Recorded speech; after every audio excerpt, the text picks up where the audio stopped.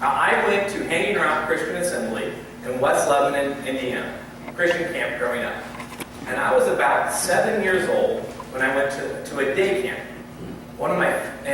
At this day camp was one of the sponsors was a preacher at the church down the road. It was actually one of the closest churches to the camp.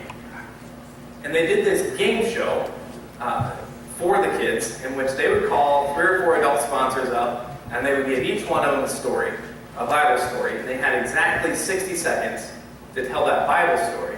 And then they would be judged on accuracy and time allotment and being able to finish and all that stuff.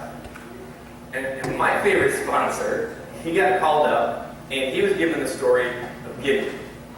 And I sat there 7 years old, and I got so mad because he didn't know the right numbers, he used the wrong army, he got it all wrong.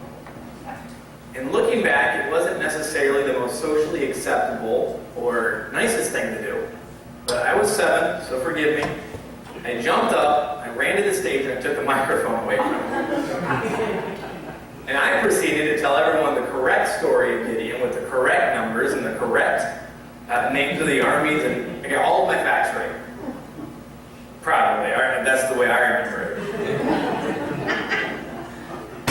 What makes this even better is, at the time, my mother was on the board at the camp, as was this other minister. So the following board meeting, and of course I went home and I told my mom, I got to tell the story of Gideon. I failed to mention how rudely I did so. At the next board meeting, I think the term was snot-nosed second grader.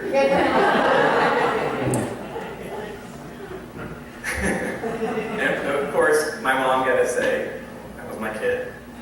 Which might be embarrassing, but it's not as embarrassing as having this 7-year-old tell the story of Gideon better than you.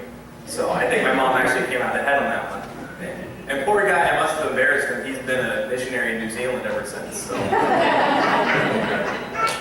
No, great guy, still Facebook friends, great guy, but yeah, pretty embarrassing, I would think. But all that to say, I love the story of Gideon. And I don't tell you this story to convince you that I was biblically wise when I was a child, but to express to you that this is not just one of my favorites. This story holds great importance to me. I've always loved this story, and specifically I've always loved what this story tells us about God and about ourselves. Gideon's story is found in Judges chapter 6, 7, and 8.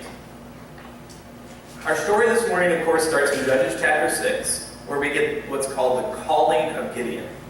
And not unlike many other Bible heroes, almost every Bible hero, he's very rough around the edges, this Gideon guy is.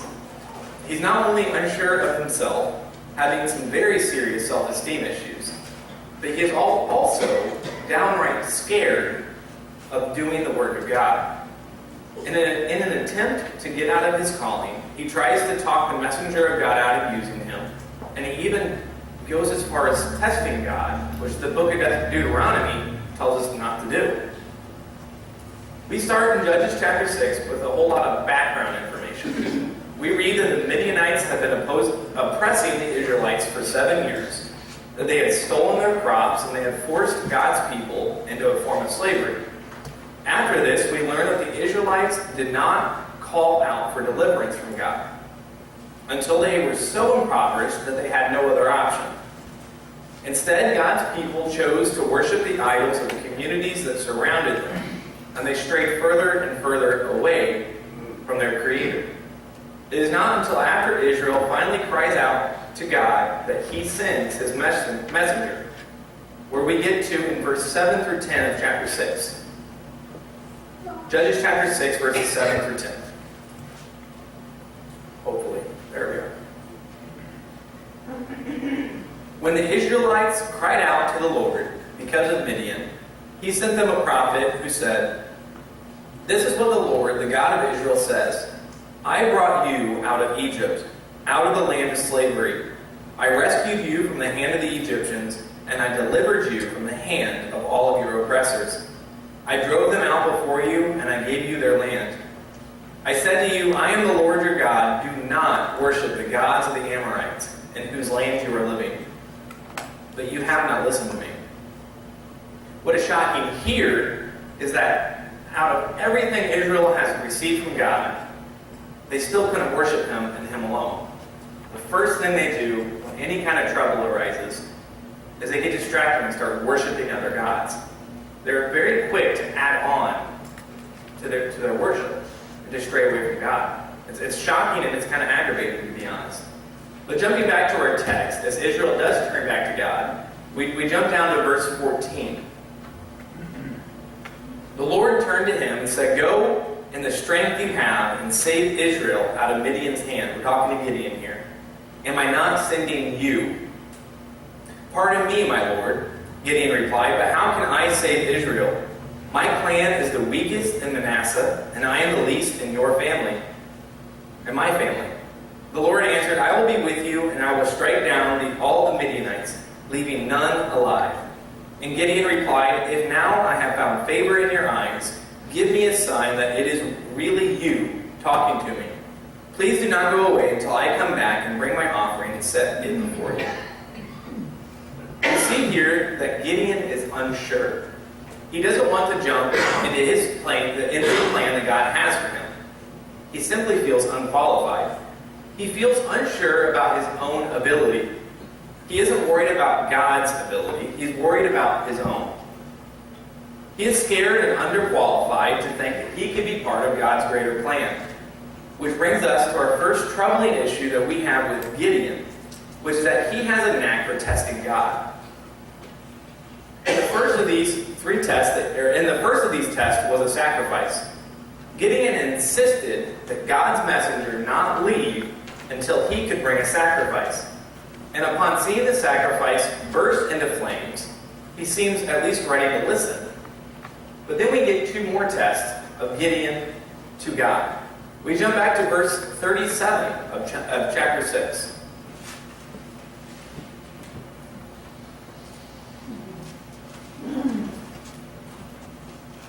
"Look, I will place a wool fleece on the threshing floor. If there is dew only on the fleece and all the ground is dry, then I will know that you will save Israel by my hand, as you said." And that is what happened.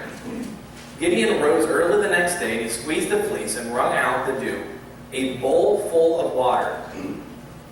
Then Gideon said to God, "Do not be angry with me. Let me make just one more request. Allow me one more test with the fleece, but this time make the fleece dry and the ground be covered with dew." And that night God did so. Only the fleece was dry and the ground was covered with dew. Gideon gave God 3 tests before he finally came to grips that, in fact, God was sure of his plan to use him. Gideon didn't doubt that God was, in fact, God, and Gideon didn't doubt God's ability, or didn't doubt his inability in God's decision to use him. But this drove him to test God, which is what he was directly commanded not to do in the book of Deuteronomy. These tests of God from Gideon and Gideon's own self-esteem issues is what brings us to our first of our 3 comparisons this morning.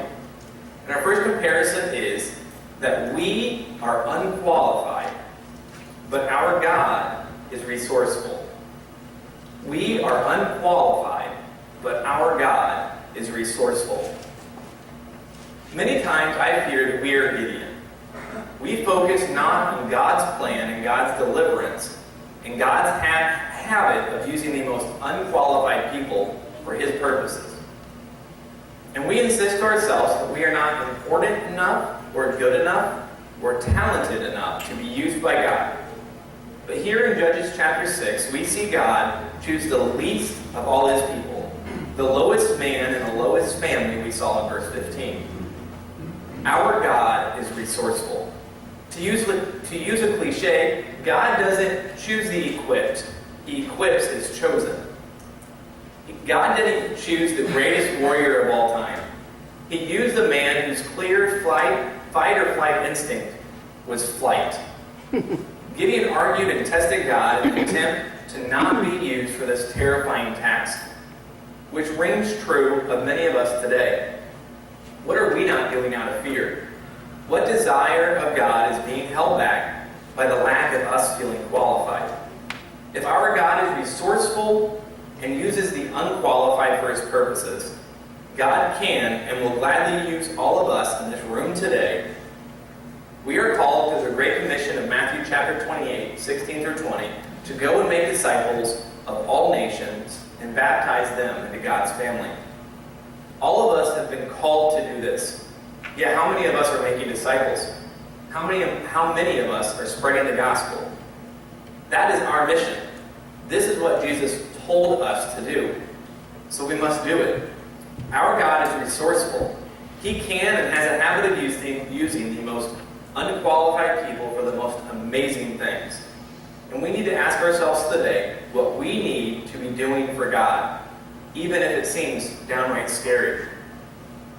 God called an unqualified man to defeat Midian and to deliver his people from the Midianites.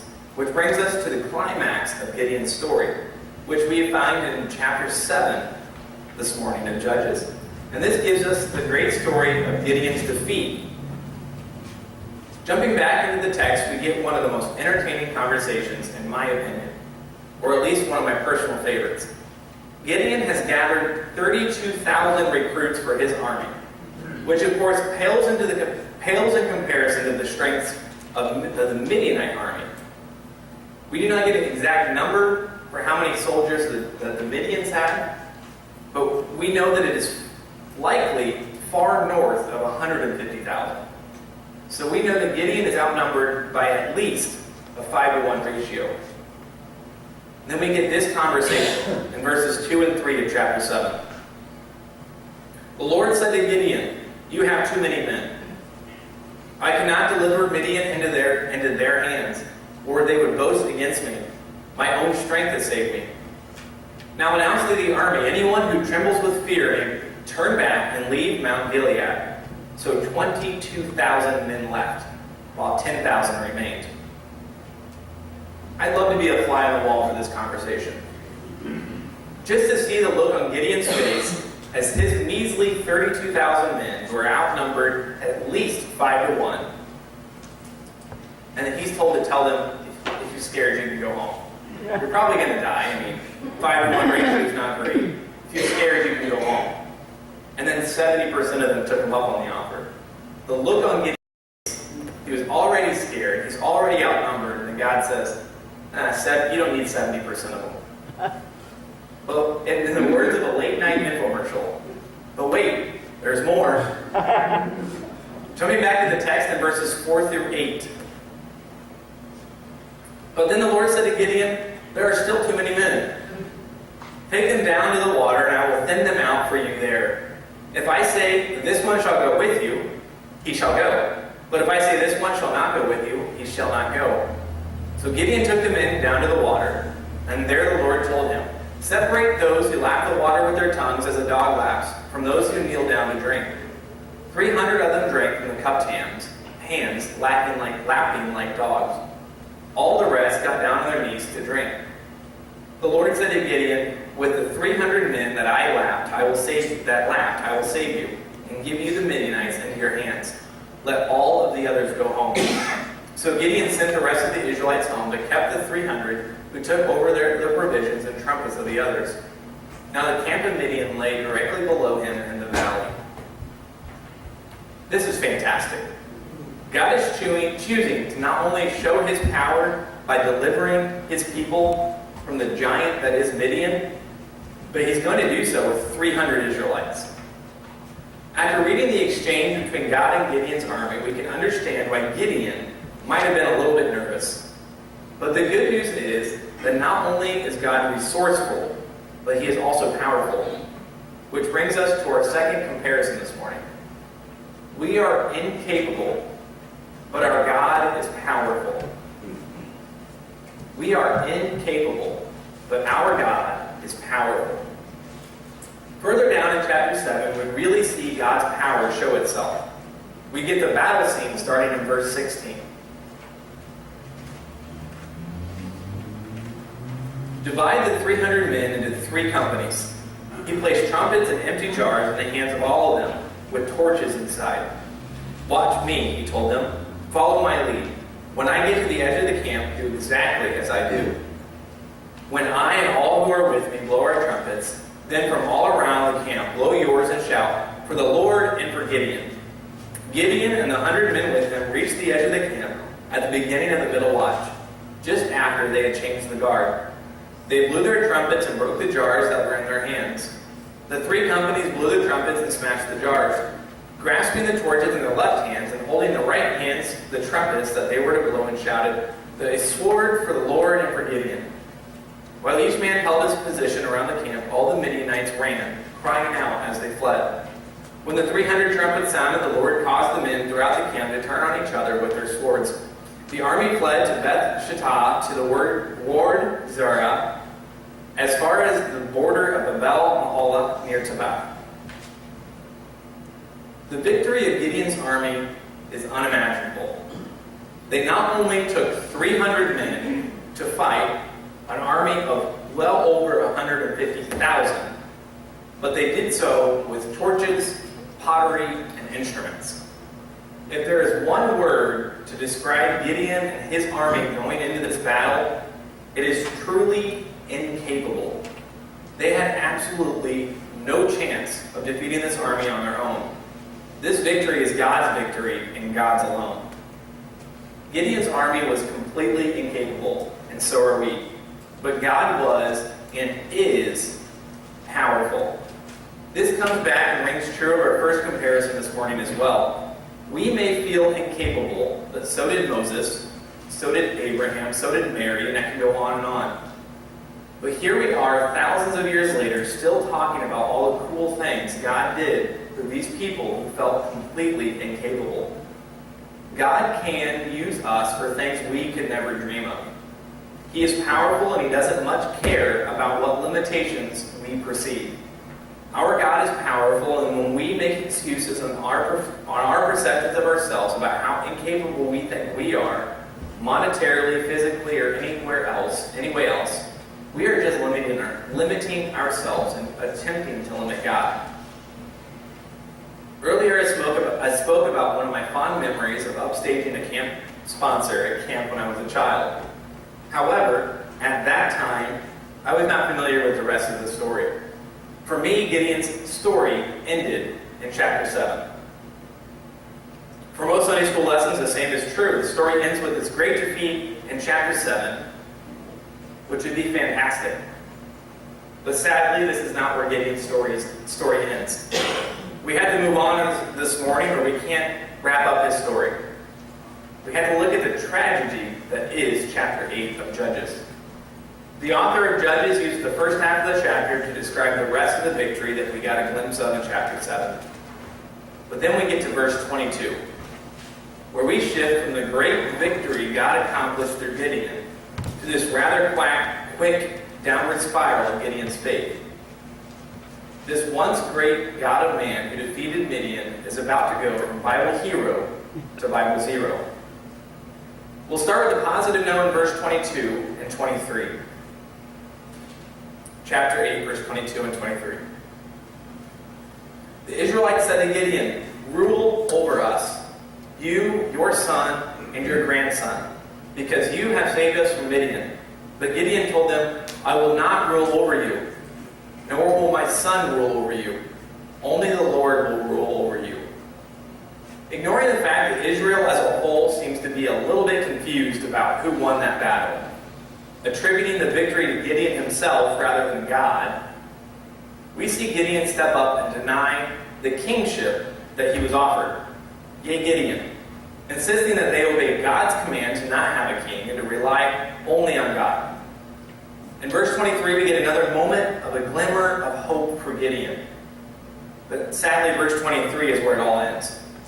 As his mouth might say one thing, but his actions start speaking much louder. Immediately following this denial of the kingship that Gideon just did in verse 23, we get verse 24, 25, and 26, where we read, "And he said, I do have one request though, that each of you give me an earring from your share of the plunder. It was custom of the Ishmaelites to wear gold earrings. They answered, we'll be glad to give them. So they spread out a garment, and each of them threw a ring from his plunder onto it. The weight of the gold rings he asked for came to 1,700 shekels, not counting the ornaments, the pendants, and the purple garments worn by the kings of Midian, or the chains that were on the camels' necks. This is really frustrating. We're going immediately from Gideon denying the kingship to thoroughly enjoying a king's reward for battle. Which brings us to Gideon's ephod. Jumping back in verse 27, we read, Gideon made the gold into an ephod, which he placed in Ophrah, his town. All Israel prostituted themselves by worshiping it there, and it became a snare to Gideon and his family. The English translation of the word ephod is tough. Generally speaking, it's referring to kingly garments. So most likely an ephod in our context in Judges chapter 8, if it's a kingly garment made out of these rich purple clothes and gold, that means Gideon had to make a statue. Which means Gideon would have built a statue to wear this ephod, which he then brought home with him to his hometown and put it in the middle for the people of Israel to come worship. Somehow we get from this great victory of God to an idol in just 3 or 4 verses. And then it gets worse. Jumping back to our text, we start in verse 30. Gideon had 70 sons of his own, for he had many wives. His concubine, who lived in Shechem, also bore him a son, who he named Abimelech. Gideon, son of Joash, died at a good old age and was buried in the tomb of his father Joash in Ophrah of the Abizarites. No sooner had Gideon died than the Israelites began prostituting themselves to the Baals. They set up Baal-berith as their god and did not remember the Lord, their God, who rescued them from the hands of all of their enemies on every side. So there we have it. A full 180-degree victory experience, a full 180 degrees from the victory we just experienced in chapter 7. Just one simple chapter before. Before Gideon's death, he married outside of God's commands, having many wives and having a pagan concubine. And then he has a son named Abimelech. The name Abimelech literally means, my father is king. You translate the name Abimelech, that means my father is king. Gideon named his son, after denying the kingship, he named his son, he took all the kingly rewards and named his son, my father is king. Gideon fell about as far as anyone could possibly fall. And quickly after his death, Israel, as a whole, finished their abandonment of God, following all of the false idols available to them, all the idols in the area. As I mentioned earlier, I would have loved to stop in chapter 7, and to not even look at chapter 8. But we need chapter 8. Without it, Gideon's story is incomplete, and chapter 8 was put there for a reason. Chapter 8 is what brings it all together and expresses even more than chapters 6 and 7, that for Israel and for us today, there is only one God, and that God is unequal. Which brings us to our last comparison this morning. We are unfaithful, but our God is unequal. We are unfaithful, but our God is unequal. On the surface, this comparison might seem a little bit disheartening, and to a certain extent it is. But the good news is, our God, who is powerful, resourceful, and unequal, is also forgiving. The good news we have today is that God has provided us a way out of this unfaithfulness. Through His Son Jesus, and even though we sin, and we are unqualified, and we are incapable, and we are unfaithful, our God still loves us.